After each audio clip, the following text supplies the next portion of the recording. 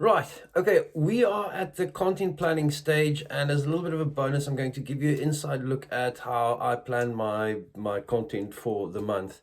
This is ideally something that you do at the beginning of the month, like before you begin the month, actually. It took me a while just to get into this because I always start at the beginning of the month planning, and then it just becomes a bit of a mess. But if you really sit down, work out your content plan, and you try and stick to your content plan, it actually helps quite a bit. So I've explained in the theory part how to, or the idea behind this thing. Now I'm going to actually show you what I meant while I was trying to explain it by words. So let me show you. When you go to this sheet, well, this is how I set up mine. If you have the course, you'll get access to it at the bottom. I'm going to leave it here for you, but this is how I basically worked it out. Now, the month obviously is going to be the month in which you are currently doing your thing, and then the topic is going to be your main topic for the month. Now, your main topic can be whatever in your niche, but pick one. Now, like I said to you, with a power of three, you take a main topic, break it down into 3 bits, and then you take those 3 topics and break them into 3 smaller bits. Now, this can be your main topic that you are now going to break up into the different weeks. So this is one of the ways that you can know and frame your mind of where your content should be going, and while you throughout the month you thinking, okay, this is how it's going to, what I'm going to write and all that sort of stuff, so at least you know which direction you're going. So let's say your topic is creating content. I'm going to use that one as an example. So you're creating content, or let's just say content. Then week 1, I'm going to talk about content planning. So I know that throughout the week I'm going to be discussing content planning. These things I'm just sucking out my thumb on the fly, so sorry. So content planning is the one. The next one would be content creation. And the next one could be content styles, and then the next one could be copywriting.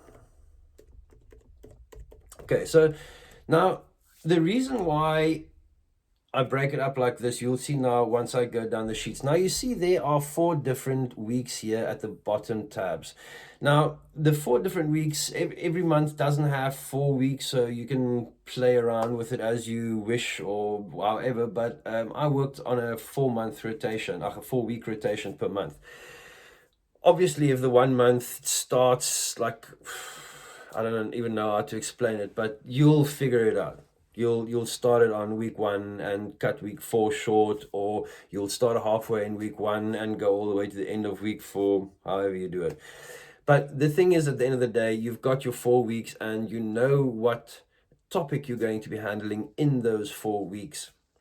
So the only one, or the thing down here, is just for myself. I decided to include it here. If you guys want to start creating content, whatever, because your job is going to be a content creator. Now, if you are going to be handling content planning and you are going to be researching content planning, you're going to be finding out things about content planning, and you're going to be doing stuff about content planning, you might just as well make a quick video or a quick tutorial or whatever about content planning on YouTube. So there you can put in content planning. Now, for instance, it would be something like this video where I show you how to plan your content. So this is why I added in that YouTube video piece as well. So while you're busy with one subject, you can just as well make a YouTube video out of it. You don't need to necessarily post a YouTube video. You don't necessarily have to do anything with it just yet. But while you're busy with the topic, create content around that topic, because further down the line you might want to create a YouTube video and around content creation, and then you're like, oh wait, I've got a video about that. I've never used it, but I've got the video because when I did my content creation, I actually created content. Quite smart there. But anyway, so this is why I added the YouTube videos, because while you're busy with something, just make a video about it. You're going to have to at some point anyway.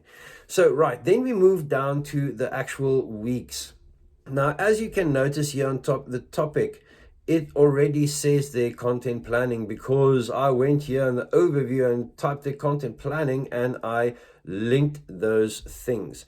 So now that you see this thing that I was talking about in the actual lesson, when you look at it, you see there's a lot of black and white and all that sort of thing and colors and so on. And for me, it is because I like visual cues. And as I explained, the things you don't need, you black out, and the things that you do need, you open up so that you can then write in these things. So as I explained, my rotation works on a normal 7-day rotation, with my main event being at the end of the week. So the whole week, my content builds up to this main event.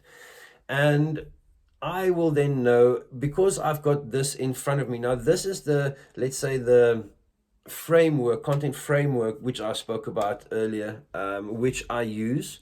Then there'll be a results or a testimonial post. I know this one is going to be, so it says there, post type. So then I know this is going to be a lifestyle post. I know day 3, I'm going to write either engagement or motivational post. And day 4 will be story or value. So I know these things. It's laid out nicely for me. And again, this is not really necessary. If you want it, you can use it. But in the morning, I do something. In the afternoon, I do something. Saturdays and Sundays, it will be, I don't split things up. It's just whatever I do on a Sunday is a miracle. Then additional, if there's something else I want to mention in these posts, maybe it will be like this one, a post event call to action or whatever the case may be. Then on this side, so these are basically the types of posts and the like overall information. And then here I've got all the different things that I personally would like to do. Now you can add in here emails, you can add in here whatever, but these are the different contents that, let's say for instance, I produce, as opposed to also the and there's the TikTok video. So now I know that on day 1, I'm going to have to write a Facebook profile post, which includes results and content planning.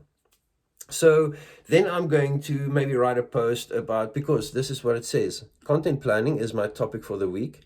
It's a result or testimonial post. And then there, I know now it's going to be a result or testimonial post from someone that, well, about content planning. So I can put in here a testimonial from someone that I got, that I actually helped with content planning, and I can write a post around it. So testimonial meaning. So you can write a post. When you come back to this, you know, okay, I'm going to write a testimonial, well, a Facebook post today about the meaning that this testimonial had for me when I did content planning or helped this person with content planning. So they made me a testimonial, and now I'm talking about this testimonial, how much it means to me, what it meant to that person, and etc. etc. But that's the thing, you know, it's going to be a result or testimonial post, and it's and it's going to be about content planning. So you write it there. If you are in a Facebook group, if you have your own Facebook group actually, then this one will be for that. So in your Facebook group, you will say the top 10 results for content planners. Well, the top 10 content planning software, top 10 content planning software, whatever. So then you know, okay, your Facebook profile or your group post is going to be about the software, the different softwares that can help you organize stuff, where you type it, etc., editing, whatever you want to do. So something that adds value to your group, which is content related, and the results that you will get from this would be, it would make your life a little bit easier, or because you don't always have results that you can get, but you know you want to get some sort of result out there. But always in your group you add value, so that would be something you can do.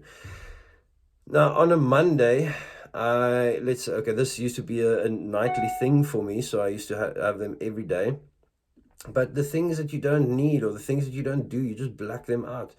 But this is basically just a high level, quick overview of how this thing works. So you go down the line on day 2, you know, it's going to be a lifestyle thing. And okay, let me take the color away there.